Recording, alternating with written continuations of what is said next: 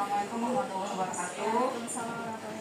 Mohon maaf sebelumnya, perkenalkan diri, nama saya Risa Selina Setiawan dari kampus STRI Motakin. Kebetulan kami diamanahkan ada tugas ibu ya tentang konsep dasar strategi bimbingan konseling belajar konseling. Itu sebelumnya perkenalkan ibu, namanya siapa? Nama saya Laili Maulida yang berbeda di SMK. Ini ibu udah berapa tahun sih ibu kerjanya? Baru tahun kemarin. Ya, jadi sekarang jalan 2 tahun. Enggak kerja. Kalau emang baru ibu ya. Oke, baiklah sini ya. Yang pertama ibu mau tanya aja sih, gimana nih perbedaan antara konsep dasar bimbingan belajar dengan konsep dasar bimbingan karir? Oke. Sebenarnya kalau misalnya ke bimbingan karir di tingkat MTS itu, kalau di sini fokusnya tuh belum difokusin ke situ. Kalau di sini kebetulan saya lebih fokusin anak-anaknya untuk mengenal nilai tempat gitu. Itu untuk konsep dasarnya yang tadi yang karir. Karena kalau menurut saya karir itu lebih cocok di SMA nanti ya. Jadi kalau di sini di MTS atau SMA ini saya fokuskan anak-anaknya ke mengenal bakat dulu aja, mengenal dirinya dulu aja.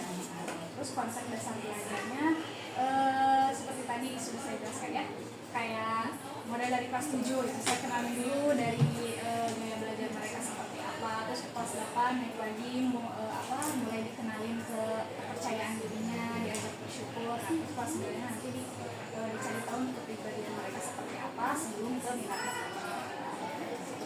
Berarti untuk mengerti agama SMA ya? Iya, SMP saya. Kalau untuk pertanyaan kedua, untuk mencapai keberhasilan BK itu kan tentunya diperlukan strategi yang baik ya. Nah di sini itu biasanya ibu bagaimana cara merancang program bimbingan konseling itu agar berjalan dengan efektif? Tentunya dilihat dulu di lingkungannya, di lingkungan sekolahnya, dilihat dulu anak-anaknya seperti apa. Tentunya kita juga nggak bisa asal bikin program kerja atau asal bikin suatu asesmen buat suatu program buat ke anak-anaknya sebelum kita tahu anaknya seperti apa. Siapa tahu kan nggak relate ya sama mereka, sama yang mereka rasakan. Makanya sebelum saya bikin asesmen, sebelum saya bikin kuesioner ke anak-anak, saya cari tahu dulu nih kira-kira teori apa yang cocok ke mereka atau materi apa yang sekiranya emang di mereka tuh relate. Iya, kondisional. Terus ibu pertanyaan selanjutnya, bagaimana sih cara mengevaluasi keberhasilan program BK tersebut? Dilihat lagi dari program yang udah berjalan. Misal dengan adanya program yang kemarin dilakukan, yang tahun kemarin khususnya yang tahun kemarin sudah lulus sekarang, anak-anak teh misal sekarang udah mulai paham nih apa itu bullying, jenis bullying itu apa, gaya belajar mereka seperti apa. Nah dari situ berarti cocok nih untuk materi dari kelas 7 misalnya. Nah terus kelas 8-nya yang berarti yang sekarang kelas 9 kan, materi ini berarti cocok di kelas ini.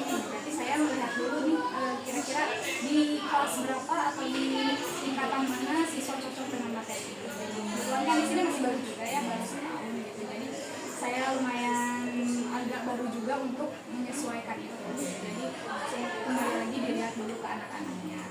Dilihat kalau lagi sesuatu yang mana? Selanjutnya yaitu pendekatan apa sih yang paling efektif dalam bimbingan konseling belajar dan karir? Terus kenapa ibu memilih pendekatan tersebut? Karena di sini memang jumlah siswanya semuanya hampir 600 orang dari 3 angkatan dan hanya 1 guru BK gitu ya. Sebenarnya untuk jumlah 600 sedangkan guru BK-nya sangat kurang sekali ya.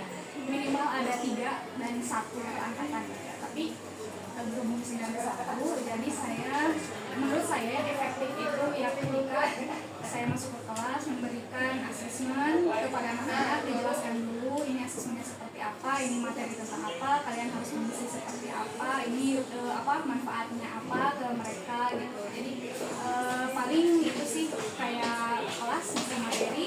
Terus setelah itu kalau misalnya ada anak yang benar-benar butuh ngobrol sama saya ajak mereka misal 4 mata gitu, misalnya ketemu langsung ngobrol berdua, boleh langsung datang aja gitu sih paling kalau misalnya untuk face to face. Kebanyakan di kelas. Berarti itu untuk anak, ini pertanyaan pribadi ya. Berarti itu untuk anak itu menyetorkan diri, terus saya ada.